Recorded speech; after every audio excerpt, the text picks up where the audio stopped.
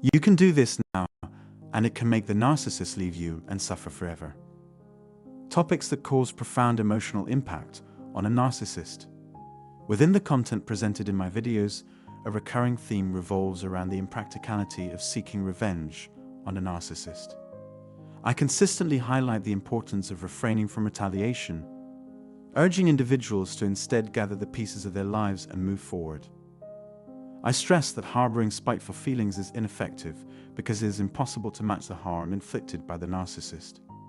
Engaging in such a battle is virtually unwinnable.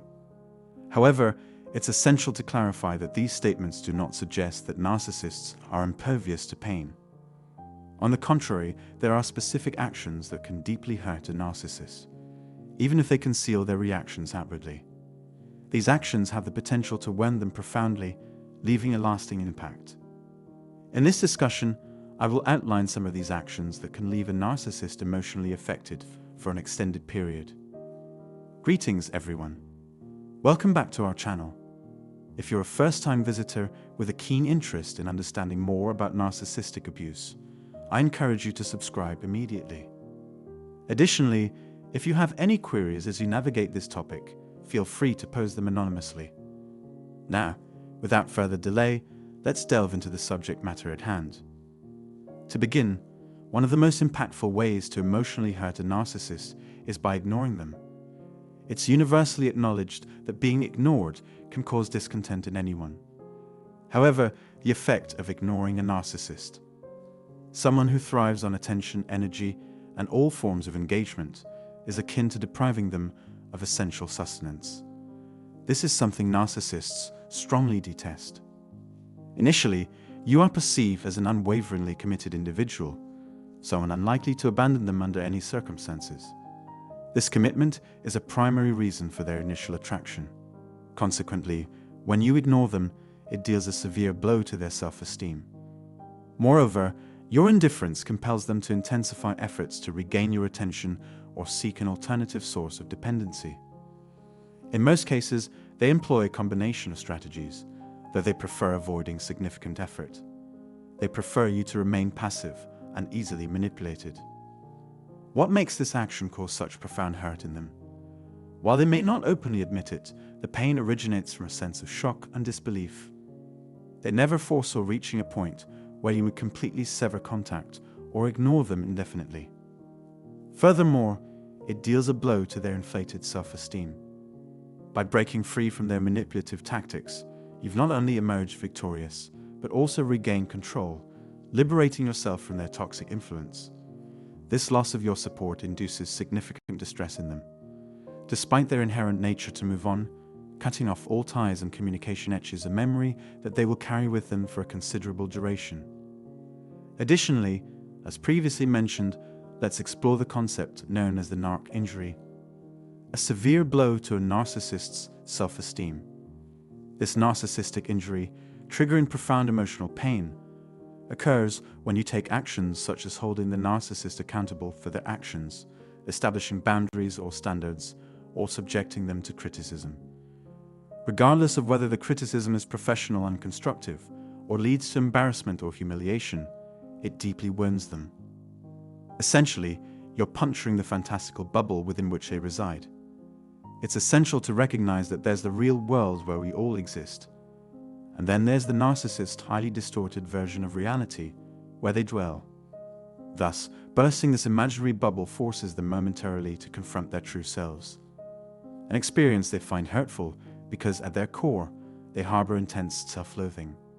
They adamantly deny that their behavior might be inappropriate or flawed in any way. In a prior video, I extensively discussed how I caused a narc injury to the narcissist I had to contend with. Much like I detailed my process, others have shared accounts of deliberately or accidentally causing similar injuries. This invariably results in a dent in the narcissist's ego, an experience they won't easily forget. Hence, when survivors are responsible for causing a narc injury, even if they are oblivious to their actions, the likelihood of being subjected to manipulation diminishes. Or at the very least, it takes a considerable amount of time for the narcissist to make another attempt, as they will deliberate multiple times before deciding whether to approach you again. Finally, Another action that inflicts profound distress on a narcissist for an extended duration is rejection. If you take the initiative to terminate the relationship and walk away, you hold significant power over the narcissist. Narcissists persistently desire to be the ones calling it quits as they crave control.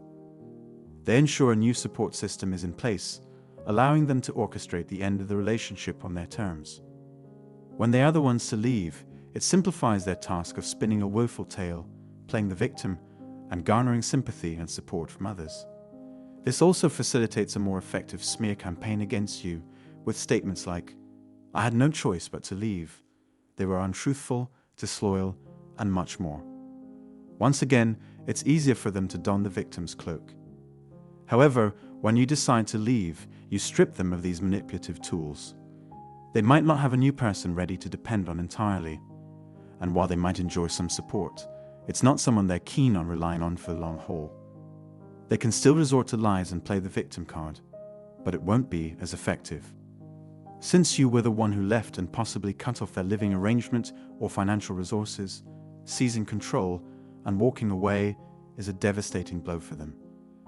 Moreover, let's underscore this point.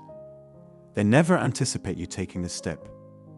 They never expect you to leave and maintain your distance. So when you execute this action, it leaves an indelible mark on their memory, deeply affecting them. Therefore, for a more in-depth understanding of this, I recommend revisiting the discussion under point number 2. The fourth point is about moving on. Through interactions with hundreds of survivors via emails, personal sessions, and live chats, a common narrative often emerges. I had totally moved on. I was actually starting to feel better. I wasn't obsessing anymore. I wasn't upset about the past. I was progressing with my life, and then, only then did they try to manipulate me again. I had the exact same experience. It's as if they suddenly realize, oh, it seems like they're feeling better. Let me send them one of those random, "I miss you" texts and append their entire day by triggering a whirlwind of emotions. It's an aspect of the disorder, one of many that I confess I don't fully comprehend because my mindset simply doesn't align with this behavior. They are completely done with us. They lie, cheat, and steal. And in some cases, we offer them so little towards the end. It's baffling, isn't it? We offer them nothing, and yet they refuse to let us be. Do you see what I mean?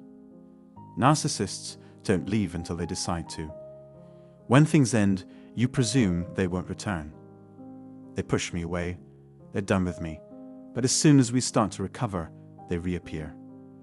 It's almost as if they can sense an opportunity for manipulation. It's as if they just know. Honestly, it's perplexing. Either the narcissist wants us, or they don't. I fail to understand. But their timing always seems impeccable. However, it varies for each individual. I was duped again 3 months later. Some people report being tricked again after a month of feeling better. The timing is always different, and it's something that leaves me bewildered. But let's put my grievances aside. Your progress, whether in love or not, is immaterial. If you're just moving forward in your life without any romantic entanglements, when you start to heal, to feel better, if you're managing in a healthy way, perhaps you've joined support groups or undergoing therapy, and life starts to feel wonderful again, it's no coincidence that they attempt to return and exploit your progress. I genuinely don't believe it's because they just know. They don't want you to be happy. They don't want you to succeed. It becomes evident after enough research. They're profoundly jealous and insecure about everything. But your moving on is something that deeply upsets them and leaves an enduring imprint. Now let's take a moment to recap. Narcissists won't admit that these things hurt them, at least most won't, because it would tarnish their pride and ego. They'll attempt to portray a tough or emotionless facade. So bear in mind that while the items on my list to hurt narcissists, they will inevitably move on to someone else in their quest for unattainable perfection and happiness. This is the cycle. This is the nature of it.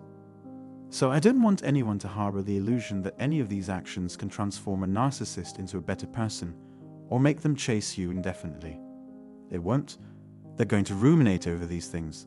They're going to reflect on them, and it's going to disturb them. But they do move on.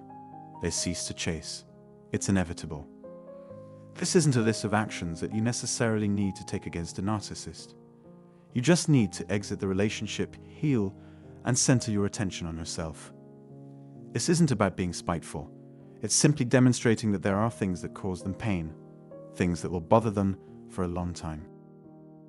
And they're probably never going to disclose this. Their pursuit and relentless chasing after you won't last forever. But if you act in your own best interest, you'll likely end up performing most of the actions on this list anyway. And this is why all of this is so potent. You don't need revenge. You really don't need to do anything extraordinary. Prioritize yourself. Do what's in your best interest. And these things will naturally follow. It's like accomplishing two objectives with one simple action. The fifth factor that profoundly impacts a narcissist for the remainder of their lives is the fear of being forgotten. Narcissists are dependent on continual ego reinforcement. They are addicted to attention and admiration. Even as I was drafting this and now articulating it, I find the mere discussion of them to be exhausting. When they feel forgotten, it strikes yet another blow to their inflated ego. They are confronted with the reality that they are not as pivotal as they perceive themselves to be. The world does not, contrary to their belief, revolve around them. This realization might spur them to regain control. They might indulge in attention-seeking behaviors if they detect that someone is gradually distancing themselves. So don't allow these individuals to torment you indefinitely. They'll give it their all. I can assure you, from personal experience, I can attest to this. At times they persist, whether you're conscious of it or not. Some of them linger for the long haul. Another action that inflicts a deep wound on a narcissist is when you visibly move on with someone else. This could generally be categorized under moving on, but I wanted to distinguish them to highlight a difference. Life proceeds without them, whether it's with a new partner, or if you decide to spend some time alone. Truthfully, they detest both scenarios, but witnessing you with someone else is evidently more painful as they grapple with feelings akin to what we experience when we see them with a new partner. They assess their own situation similarly to how we do. They encounter jealousy and begin contemplating questions like, what makes this new person so special? What has happened here? In this scenario, a narcissist may strive to regain control, aiming to redirect your focus from your new relationship and entice you back to them. As previously mentioned, they ponder many of the same thoughts that we do, and I suspect they undergo a form of self-loathing comparable to what we might experience at times when observing you move on with someone else, progressing and finding happiness in your life. This is something they find challenging to let go of. Feel free to share in the comments what you think deeply affects a narcissist. Let me know if there's something you intentionally or unintentionally did that you believe has hurt a narcissist or dealt a blow to their ego, causing damage to their fragile sense of self, inflicting that narc injury. As always, don't hesitate to spill the tea with me. Oh, and occasionally, I receive comments asking about the meaning of spill the tea. Spill the tea, like the beverage you sip, actually signifies the act of sharing juicy information or gossip. You can either gossip or tell the truth. I lean towards telling the truth, but essentially, it implies sharing revealing details about the narcissist in your life. To put it simply, spill the tea just means we're engaging in a discussion in the comment section. So feel free to comment, even if it's about my occasional swearing. That's completely fine. I genuinely don't mind.